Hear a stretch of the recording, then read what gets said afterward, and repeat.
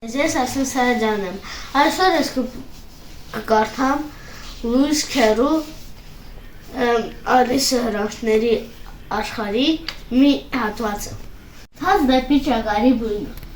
Ալիսը արդեն ձանձրանում էր, որովհետև գետակին քրոջ կողքին նստած ոչինչ չէր անում։ Մեկ-երկու անգամ նա աչք կցեց քրոջ կարդացած գլխին, բայց այնտեղ ոչ նկար կար, ոչ էլ խոսակցություն։ Էլ ինչ գիրք մտածեց Ալիսը, որ ոչ նկար ունի, ոչ խոսակցություն։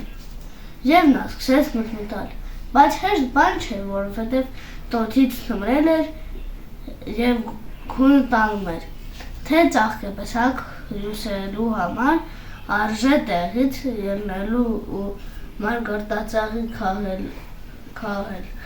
երբ հանկարծ կարմրավուն աչքերով մի սպիտակ ճագար վազեց կողքով։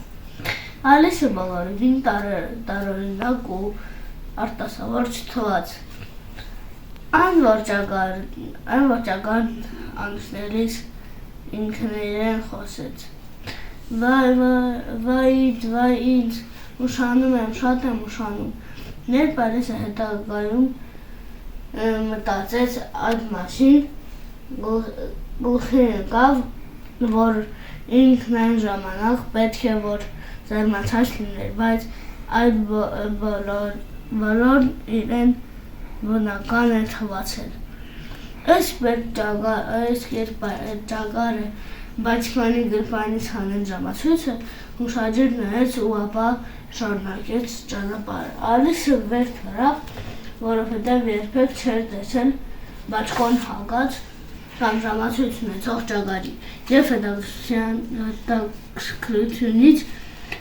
վարվելով դաշտո մեկ վազեց ճագարի հետևից ու հասցրեց տեսնել, թե ինչպես վերջինս ցածկեց ցանկապատի տակի փոսը։